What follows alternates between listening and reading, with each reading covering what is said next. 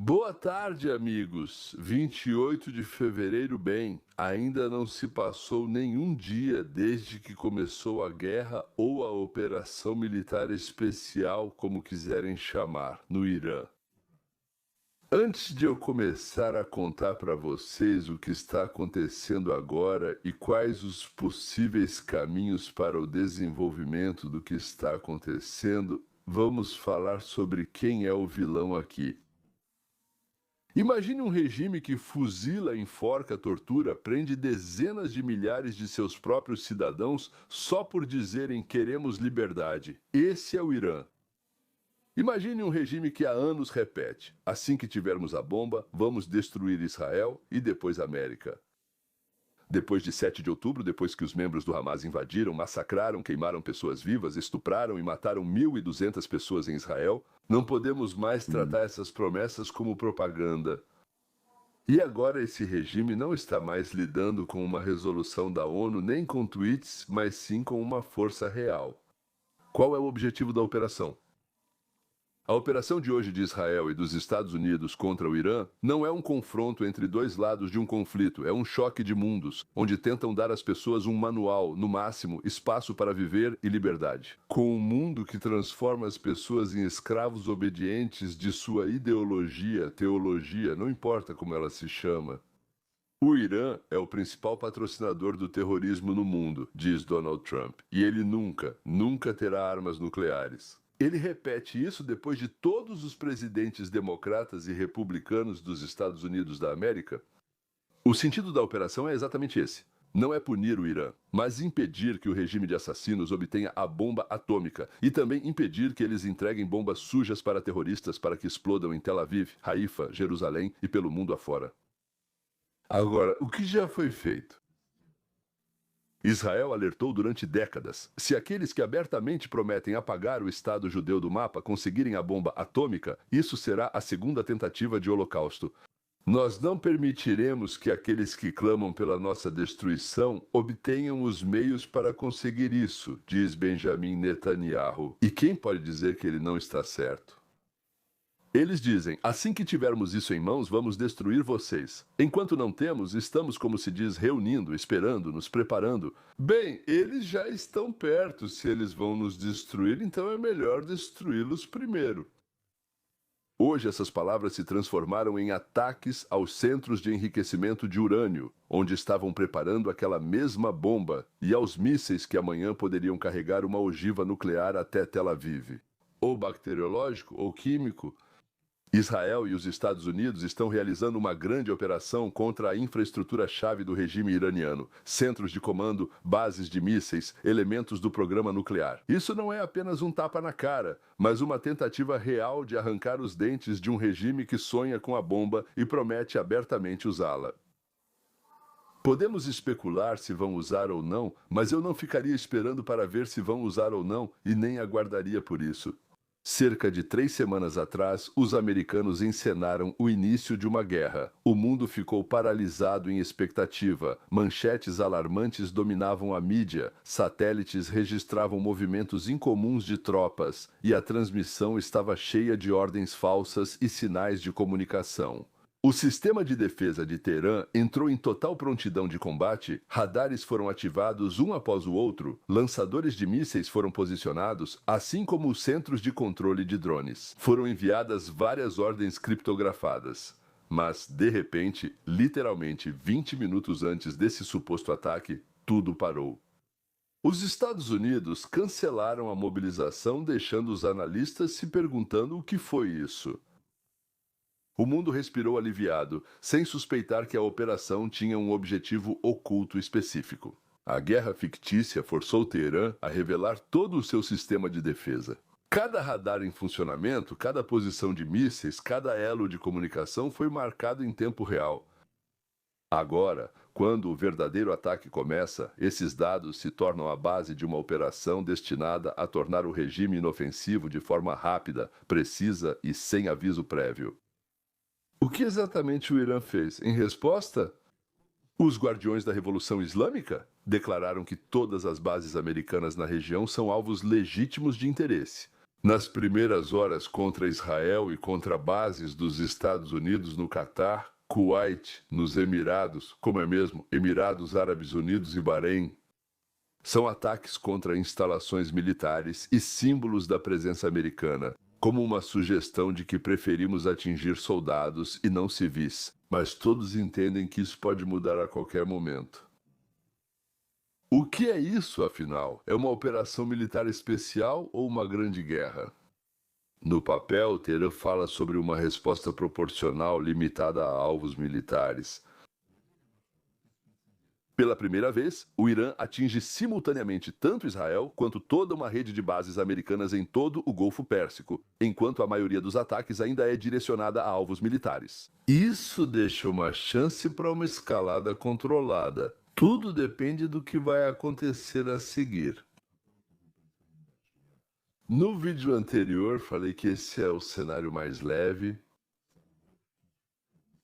Talvez isso não leve depois a uma mudança de regime, mas pelo menos pode levar ao que Trump está buscando. Ou seja, a desistência do Irã do programa de mísseis de longo alcance e de armas nucleares. A linha é tênue, claro, porque basta o Irã começar a atacar sistematicamente cidades e a infraestrutura de petróleo, petroleiros, portos. Sim, isso já não é mais uma operação de retaliação, mas sim o caminho para uma guerra regional séria, da qual não é possível sair de forma elegante. Ainda não sabemos se o regime vai parar? Ou se vai afundar, levando metade do Oriente Médio? Aliás, não dá para chamá-los de tolos, farsi, persas. Eles não são nada, nada burros, e ninguém ali é burro. Sim, digamos assim, há idiotas no governo, acontece, mas lá eles podem ser qualquer coisa, menos burros. Por isso eu suspeito que até o último momento, até o fim, ainda vai dar para convencê-los a voltar atrás. Eles vão fingir que vão até o fim. E aí, no último momento, eles vão dizer: tudo bem, a gente aceita alguma coisa. Depois vão enrolar de novo, enganar, mas digamos assim, eles vão tentar evitar um confronto direto, um confronto militar. Então, como você entende, Hezbollah, Hamas, Jihad Islâmica não são aliados ocasionais, são mercenários do regime que são voltados para o medo e o sangue de civis.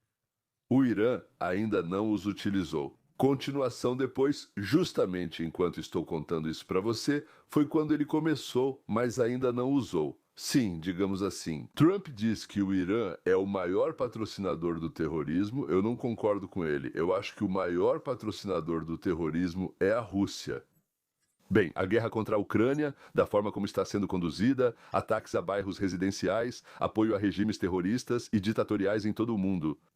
Então, o Irã é o segundo bem, tudo bem, seria bom lidar com o segundo também e acabar com ele. A China encobre todas as suas ações com sorrisos e diplomacia, mas fornece dinheiro e proteção política à Coreia do Norte. Lá até o Irã, esse é o verdadeiro eixo do mal, o novo eixo do mal. Como disse Ronald Reagan, trata-se de um clube de regimes que veem o ser humano como material descartável. A Rússia chama os ataques dos Estados Unidos e de Israel ao Irã de um ato de agressão armada contra um Estado soberano, previamente planejado, não provocado, claro, como sempre dizem, não provocado. Sim.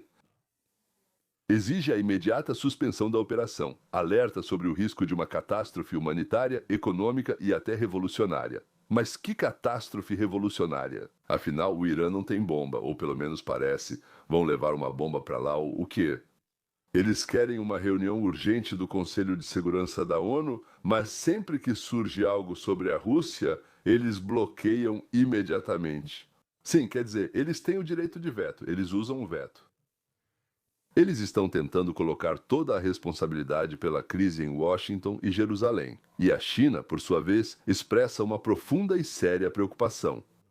Como sempre, insiste no respeito à soberania e à integridade territorial do Irã. Aliás, a China, é claro, não gostaria de perder o Irã como fornecedor de petróleo, cliente e tudo mais.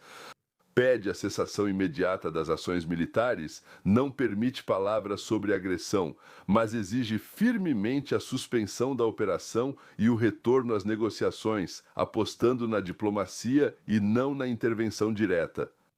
Ou seja, em outras palavras, nem uns nem outros já chegaram até a enviar navios de guerra para o Golfo de Omã. E 2 navios da Rússia, acho que já chegaram, né? Não verifiquei, mas estavam indo para lá, 2 navios chineses. Por enquanto, nenhum dos 2 países tomou qualquer atitude. Tipo, sabe, nós vamos ficar lado a lado com nossos irmãos e realmente vão ficar lado a lado. Por enquanto, nada disso aconteceu, é só retórica, retórica, retórica. Agora Israel viveu o tempo todo com uma arma apontada para a cabeça e agora ele quer que o Irã viva com uma arma apontada para a cabeça. Israel adoraria viver em paz com o Irã, fazer comércio, viajar um para o outro como visitantes. Mas em vez disso, há um regime de constante ameaça. Mísseis do Hezbollah pelo norte, Hamas pelo sul, drones e sabotadores iranianos por toda a região. Israel gasta recursos colossais não no desenvolvimento, mas para que os proxies do Irã não explodam ônibus, escolas, cafés, para que não matem todos que vivem entre o rio e o mar, como eles dizem todos os dias. Isso não é uma disputa entre 2 nacionalismos. É um pequeno país democrático forçado a se defender 24 horas por dia de um regime cuja ideologia oficial é baseada na destruição dessa entidade sionista que não reconhece o Estado de Israel de forma alguma. Existe ou não existe o direito de atacar, não é? Agora estamos falando de uma operação curta e massiva contra o regime que está à beira de um avanço nuclear. A oposição nos Estados Unidos já está gritando que Trump não tinha o direito de iniciar ações militares sem o Congresso. Mas os poderes do presidente, como comandante-chefe, na verdade permitem iniciar ações militares contra uma ameaça imediata e depois buscar a aprovação do Congresso. Aliás, 48 horas antes do início da operação, o secretário de Estado Rubio reuniu a liderança do Congresso, do Senado, 8 pessoas e os informou. Contei isso a vocês, expliquei os objetivos e a administração cumpriu todas as obrigações. Os líderes do Irã não escondem seu objetivo de destruir Israel e expulsar. Bem, destruir os Estados Unidos eles não conseguem, claro, mas expulsar os Estados Unidos da região. Depois de 7 de outubro, nós não temos mais o direito moral de atribuir isso apenas à retórica. O que eles prometem, eles buscam realizar, talvez não por eles mesmos, talvez pelas mãos desses seus grupos por procuração. Sim, quando o Irã obtiver tecnologia nuclear, a questão não é só se eles mesmos vão lançar a bomba, mas quão rápido eles vão começar a transferir materiais para bombas sujas aos terroristas, para quem eles já estão transferindo mísseis, dinheiro e armas. Explodir uma bomba suja em Tel Aviv, Londres ou Nova York, para eles será apenas uma continuação lógica da política que já vem seguindo há décadas. Se a operação for curta e precisa, sem se transformar em um novo Vietnã ou Afeganistão, então Trump tem uma chance de destruir a infraestrutura nuclear do regime sem se envolver em uma guerra interminável. E isso é uma grande vantagem para ele do ponto de vista da política interna. Mas se tudo se transformar em uma longa campanha para a mudança de regime, então, dentro dos Estados Unidos, surgirá uma forte onda de oposição ao poder e à guerra. Então, nas eleições, os democratas podem conquistar a maioria no Senado e na Câmara dos Representantes. E metade, talvez até 80% do que Trump está tentando fazer, será simplesmente enterrado. O Ocidente também não é santo, senhoras e senhores. Nós entendemos isso claramente na América, em Israel e na Europa. Há corrupção, há cinismo, há erros, há ladrões, há mentirosos, mas tudo é divulgado. Em comparação com os regimes do Irã, da Coreia do Norte, de Cuba e da Rússia, onde por uma palavra você pode levar um tiro e por um pensamento, prisão, ou seja, onde a liberdade é um crime, o mundo ocidental parece puro, como a Branca de Neve, dizem, como neve branca e limpa, ao lado de uma poça suja e fedorenta. Não porque o Ocidente seja ideal, mas porque aqui você tem a chance de escolher, falar, discutir, mudar o poder sem sangue. Uma operação contra o Irã é, claro, um risco, erros são inevitáveis, A escalada é possível, mas se simplesmente dissermos que isso não é problema nosso, vamos acordar em um mundo onde o maior patrocinador do terrorismo tem armas nucleares e uma rede de terroristas com bombas sujas em malas espalhadas pelo mundo todo. E aí, então, vamos conversar. Israel não pode se dar ao luxo desse experimento, os Estados Unidos não podem, e nenhuma pessoa normal em qualquer lugar pode. Por isso não é uma geopolítica abstrata, mas sim uma luta para que nossos filhos tenham o direito de viver, e não apenas sobreviver sob o jugo de novos impérios de escravos. E mesmo assim, há esperança nessa história, porque todo regime autoritário cai mais cedo ou mais tarde. A queda ocorre mais pela decadência interna e coragem do povo do que por bombas. O regime iraniano deve e pode cair, e o mais importante, ele pode cair não apenas por pressão externa, mas pelas mãos dos próprios iranianos. Aquelas mesmas pessoas que hoje são espancadas, torturadas e presas por dizerem a palavra liberdade. É o que acontece sempre que um país, por assim dizer, forte começa a ruir. Sim, o Irã é um país forte, talvez não uma superpotência, mas é um país forte. Então, é uma combinação comum de muitos fatores, incluindo externos e internos, mas o fator interno deve estar presente obrigatoriamente. Podemos ter esperança de que, se o exército iraniano ficar do lado da oposição e se recusar a proteger o regime, isso abrirá caminho para uma verdadeira mudança de poder. O aparato de força que sustenta os mulás e a guarda revolucionária vai se dividir, mudando instantaneamente o equilíbrio de forças para quem busca liberdade.